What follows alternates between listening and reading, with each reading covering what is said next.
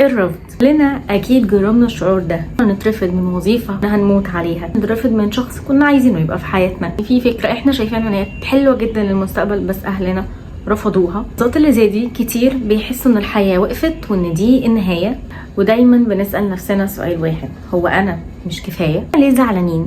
وليه واخدين الرفض على ان هو نهايه العالم؟ وليه ما بنفكرش ان الرفض ده ممكن يكون اعاده توجيه لحاجه احسن بكتير؟ الرفض وانه ازاي ممكن كتير جدا يكون احسن حاجه حصلت في حياتنا، ونعمل ميك اب لوك جديد. يلا بينا. الرفض كحماية. اوقات كتير بنمسك في باب مقفول عايزين ندخله باي طريقة، ومش عايزين نبص حوالينا على ابواب تانية. هو الباب ده اللي وراه سعادتنا واللي مش عايزين حتى نشوف غيره، حتى لو في غيره كتير. مع ان الرفض ده ممكن يكون حاجة الهية بحتة، تكون حاجة ربنا قفلها في طريقنا عشان يوجهنا لحاجة احسن منها بكتير. احنا شايفين ان لا، احنا اترفضنا من حاجه احنا عايزينها يبقى دي نهايه العالم. ممكن مكان شغل لو كنت اتقابلتي فيه كان ممكن تقابلي ناس جوه وحشه جدا وتكرهك في نفسك، ويكون تعاملها مش الطف حاجه، وتحسي ان الدنيا كلها وحشه، مع ان الدنيا مش كده بره. تكوني بتحبي الحاجه دي جدا والمكان ده يخليكي تكرهيها عشان هتبقي متخيله ان بره كل الدنيا كده. اوقات ممكن نبقى قاعدين في البيت حاسين ان احنا مش عايزين نعمل حاجه في حياتنا، وبنلاقي فيه ظروف كتيره قوي بتحصل في البيت بتجبرنا ان احنا نبدا نخرج بره. مشكله في البيت او مشاكل في البيت برنا ان احنا ننزل ونبعد عن البيت لاطول فتره ممكنه، وبنتخيل ان دي حاجه وحشه، مع ان ده ممكن يكون هو الباب اللي هيفتح عليكم حاجات حلوه جدا في المستقبل ما كانتش هتحصل لو ما كنتوش خرجتوا من الكومفورت زون بتاعتكم. اعاده التوجيه. عارفه يعني ايه؟ الحياه ممكن توجهك لطريق تاني وتقولك من هنا الطريق احلى كتير، بس طبعا لقله خبرتنا وان احنا مش شايفين اللي بيحصل من ورا الستاره بنقول لا، الطريق ده انا مش هكون مبسوطه فيه، بس الدنيا هتجبرنا اننا نمشي في الطريق ده، وهنكتشف مع الوقت ان دي احسن حاجه حصلت لنا.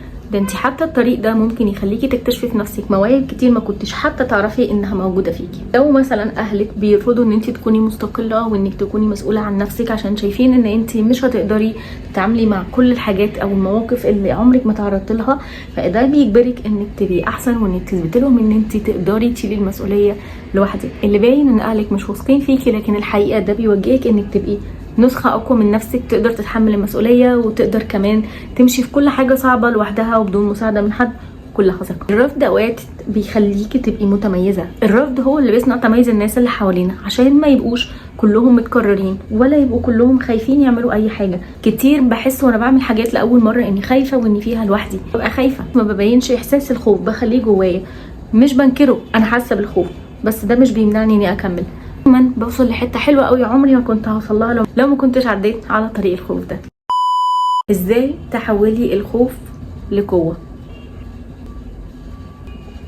كتير الرفض ما بيكونش ليه علاقه بينا واحنا بناخده بشكل شخصي وبنفتكر ان الرفض ده مشكله فينا. الحقيقه احنا ما عندناش اي مشكله، ممكن الاطراف التانية هي اللي عندها مشكله كبيره، او ممكن يكون في حاجه في النص احنا مش عارفينها، بس هي المشكله مش فينا. فدايما ما تاخدوش الرفض بشكل شخصي. اوقات كتير الرفض مش بيكون ليه علاقه بيه. فاكره مره حصل لي موقف، وهو ان انا شفت حاجه واستغربت جدا انا ليه بشوف الحاجه دي. سالت السؤال ده لنفسي، هو يا رب ليه انا بشوف الحاجه دي؟ الاجابه بتاعت السؤال ده جات لي بعد كام سنه وحياتي اتغيرت تماما. في حياتي الحاجه اللي انا شفتها واللي ما كانتش حتى تخطر على بالي ان هي ممكن تبقى عندي، بس بدأ يتكون جوايا احساس ان انا عايزه الحاجه دي، وعلى مر السنين الحاجه دي بقت عندي بس عشان انا شفت الحاجه دي. حاجه احنا بنشوفها هي مش بتحصل وخلاص، كل حاجه بنشوفها هي رساله لينا. وكتير ممكن نسال السؤال ده لربنا وربنا هيجاوب علينا، ليه انا بشوف الحاجه دي؟ لازم في مسج، لازم في حاجه هتحصل في المستقبل ليها علاقه بالحاجه اللي احنا بنشوفها. بصيت لي على ان انا مش هبقى احسن حاجه في اللي انا عايزاه، وان اللي بفكر فيه ده عمره ما هيجي، ودايما كانوا يشككوا في قدراتي، ولفتره ما انا صدقتهم.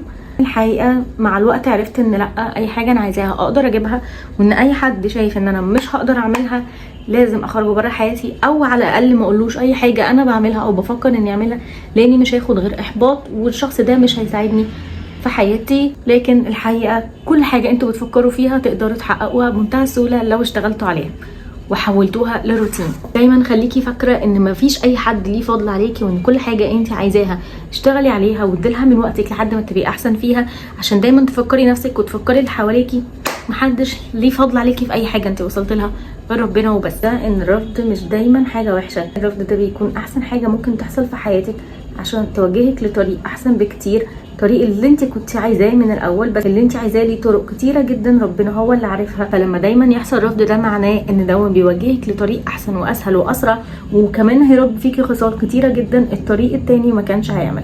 لان ربنا مش بيعمل ابدا اي حاجه وحشه لينا، وكل حاجه هي خير مهما كان باين ان هي مش كده. خليكي دايما عارفه ان اللي انت عايزاه مش هيجي غير بانك لازم تخبطي الباب، مش انك تفضلي قاعده زعلانه على اللي فات واللي كان. خبطي الباب، اعملي روتين لنفسك، افضلي اشتغلي على نفسك واشتغلي على اللي انت عايزاه يخليكي تبقي انت جديره بيه، هيجيلك من غير ما تقعدي تعيطي على اللي فات. والعياط مش هيرجعه ومش هيغير اي حاجه. كويس ان في باب اتقفل في وشي، والباب دون كنت كل يوم بقعد اقول لنفسي ليه ليه ليه وليه حصل كده، وده مش احسن حاجه، وليه اللي انا عايزاه عمره ما بيجي.